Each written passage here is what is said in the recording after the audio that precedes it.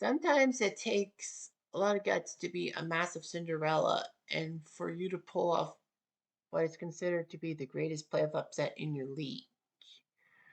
I mean, when you look at it, it's like, what's the greatest upset in NFL history? Possibly the Jets in Super Bowl III against the Colts because the Jets were in the AFL, whereas the prestigious NFL was expected to steamroll the AFL for the third straight championship game. You also have in basketball, the Denver Nuggets, who just crept up above 500 for the 94 season, having to face the top ranked Seattle Supersonics and beating them in a famous game five that saw Dikembe Mutombo embrace the ball after getting a rebound in overtime. In baseball, it's the pesky 1988 LA Dodgers, who no one gave a chance to, against the New York Mets in the NLCS. But they won and went to the World Series against the powerful Oakland A's and beat up those A's and ruined their dynasty. But for the NHL, there's a lot of like Cinderella stories and upsets abound. But the fact of the matter is, there's one that carries over, and a team that won thanks to one of the greatest third period comebacks of all time almost pulled off a really big stunner. Anyway, we're talking about the 1982 LA Kings. Hello out there, we're on the air. It's Cutter with NHL time. Tensions blow, the whistle blown, and the pucks go down the ice. Some teams just want to win the cup and do it with a smile. Hey, that is cool. Up on the River Nile. Oh, the good old hockey game. Who will come out on top? Will a team get through the cup by any means necessary? Oh, the good old hockey game. It's the best game you can name. And I'm have no shame. I will simulate those hockey games. Woo! So anyhow, the story of the LA Kings happened because LA did have a good minor league team in the 40s in the Pacific League. And then in the 60s, the NHL decided to expand from 6 to 12 teams because they're thinking, well, maybe we'll be okay. Maybe we will. Well, we need to expand to survive and all that. So they brought 6 more teams in. But strange but true, the NHL decided to take inspiration from the NBA, the MLB, and the NFL by putting a team in California. Now, air travel wasn't what it used to be. Like in the 30s and 40s, it used to be non really existent. But then the 60s, 70s, and 80s came, and there was a way to go to California and all that. So Los Angeles ended up getting a NHL expansion team, and it looked good and all that. The Kings would be playing at the LA Sports Arena before long, and before long, their fabulous Forum, as they call it, the Los Angeles Forum, would be built for both basketball and hockey in Inglewood. The LA Sports Arena was weird because it had yellow and red goal lights and all that. So the LA Kings were trying to do their best. They had Terry Sawchuk in the net, so the Kings said they were set. Of course, they got to the Inglewood, the fabulous Forum and all that, and loved that arena. LA would show some flashes of brilliance in the 70s in the um, playoffs and all that, but just couldn't get over the hump. It seems like the Leafs and the Blackhawks beat them and all that. Boogie Vachon was a big acquisition by the Kings before the 71-72 season, as he would help LA out with goaltending, and they had the Triple Crown line of Simmer, Dion, and Taylor. So they knew what to do. The scoring was there. The defense not as good, but whatever. But anyway, yeah, the um, LA Kings were doing pretty well and all that. They just couldn't get over the hump. Poor Marcel Dion.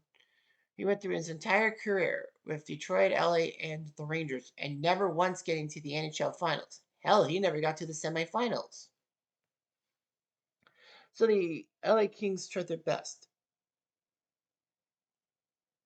Anyhow, so The Kings went on that magical run in 1982, which I will talk about in the What If. And practically what ends up happening is that, you know, the Kings needed something. They needed a spark. So they decided in 1988 to change their colors from royal purple and gold, and with the crown on the front of their jerseys, to black and silver, akin to the LA Raiders, and with the King's crest and all that.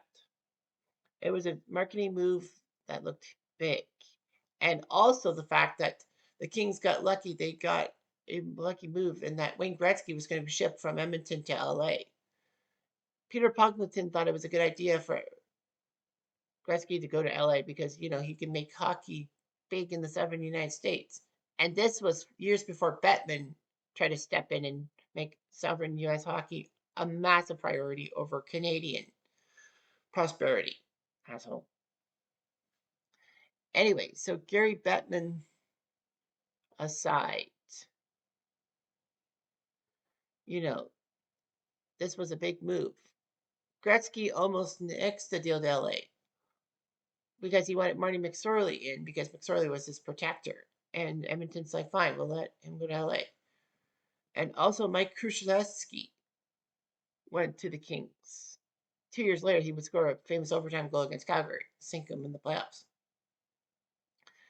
LA sent back $15 million, no small feat in today's money, alongside Jimmy Carson, Martin Gelinas, and there were a few other players, I know there were draft picks that didn't pan out for Edmonton. But they got Gretzky. Season tickets were at a premium, and a lot of people hated on Pocklington for moving Gretzky. They burned him in effigy. Heck, one NDP member of parliament wanted to block the trade, saying that, Canada can't trade their natural resource to the United States. What are we going to get in return?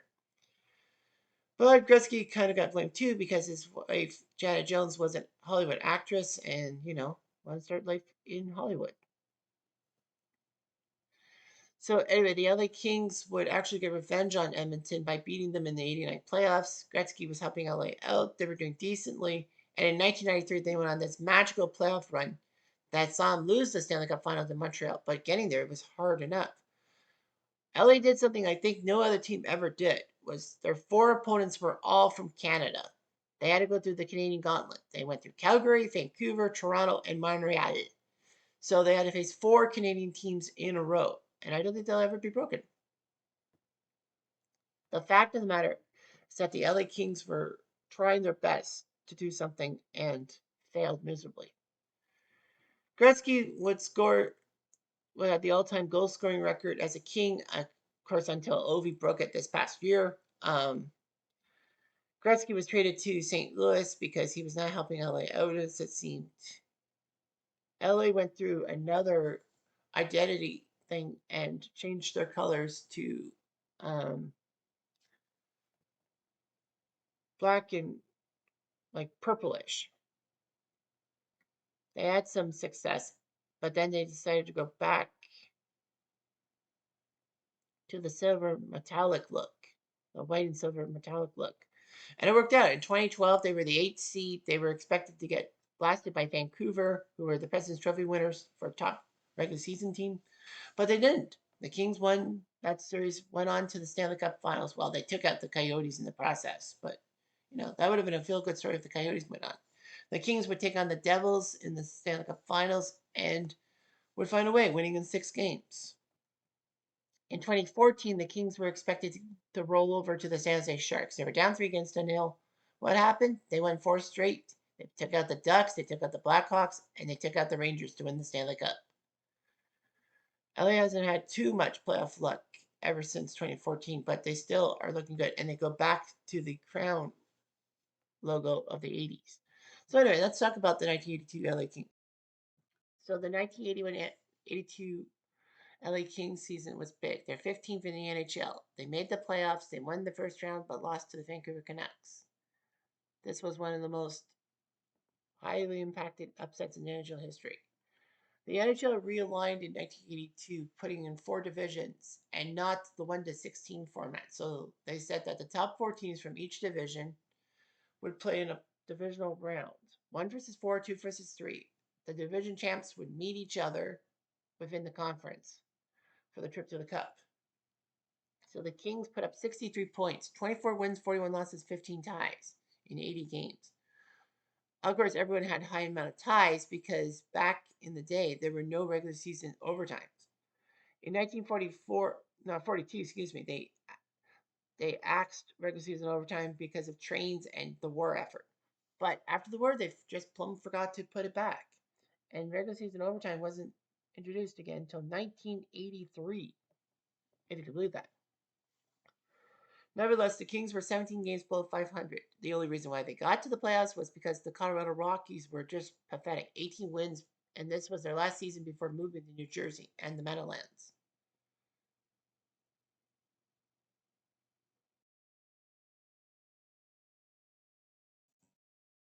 So, yeah, against the opponents, LA was above 500, but against Colorado. Vancouver, they were just 1 game above 500 against. 2 out of 3 against Detroit, 2 out of 3 against St. Louis,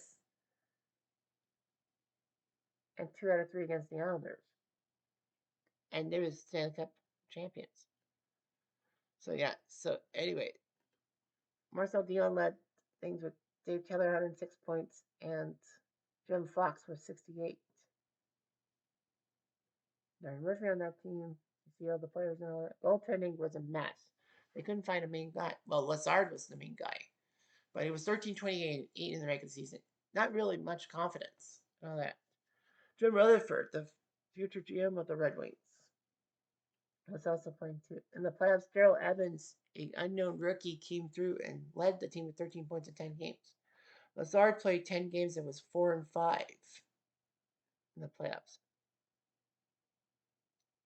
The Kings picked up a 5th-round pick from Edmonton in a small deal and used it for Gary Galley.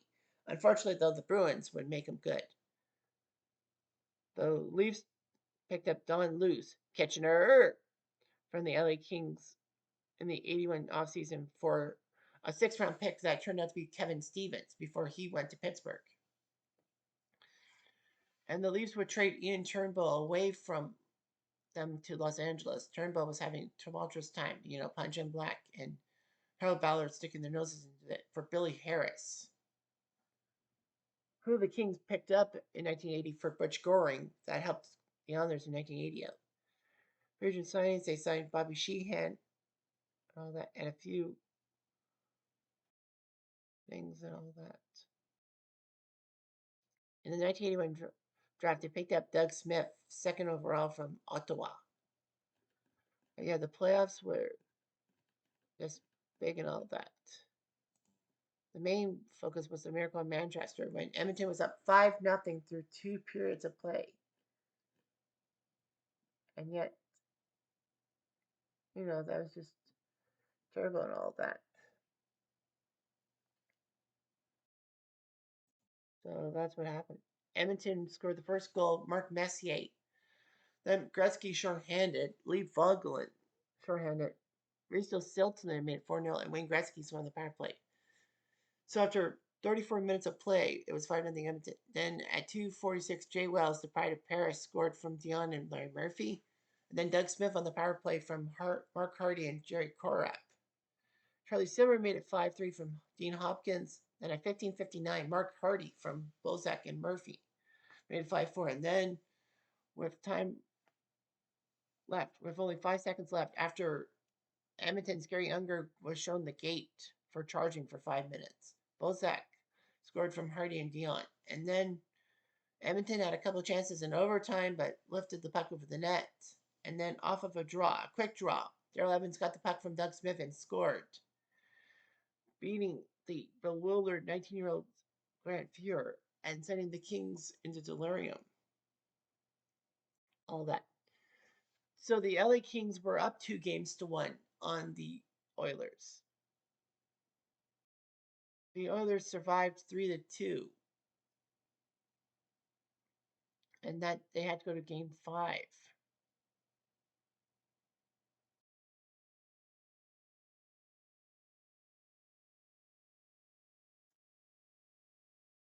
So anyway, in game 5, it looked big. But the Kings shocked everyone by winning 7-4 and eliminating the Edmonton Oilers, who practically were the best team in the West, like by far. Like who was big in 1982? Nevertheless, they combined to score 50 goals in the 5-game series, an NHL record. A 5-game series. I said it was the biggest series upset in Stanley Cup history because the Kings were 48 points back of Edmonton. Unfortunately, the Kings were quickly swept aside by Vancouver and King Richard Berdure's goaltending in 5 games. Well, the Kings, that was their only major bright spot during the 1980s. So what would have happened if they actually did have the momentum after beating Edmonton to beat Vancouver to go to the Stanley Cup semifinals? Let's find out. So anyway, the Kings would have faced the Chicago Blackhawks, who were 8 games below 500, but they themselves were the best team in the North Division. LA would have been the best team in the Smythe. So the question on my mind is, with those two teams not doing so well, who would be the best of the best? In game 1, it was the Kings winning 7-4, as Al Secord scored first for the Hawks and then Tom Lasiak. But the Kings were countered with 5 straight goals. Larry Murphy with 2, Charlie Simmer made it 3-2, Ian Turnbull scored, and then Charlie Simmer scored, making Espo be taken out by Murray Bannerman. Bernie Nichols made it 6-2, and then Jim Fox made it 7-2. Denny Savard and Al Secord scored, but it was over 7-4. Lots of shots on net. Lots of shots. Simmer, Lazard, and Dion are your 3 stars. Yeah, Lazard had 67 shots this way. 67. Bannerman doing much better than Espo. And because it kind of was a 2-goalie system in 82, Tony was starting to lose it a little bit. They're going to go with Bannerman. The plan did not work. LA survived 6-5.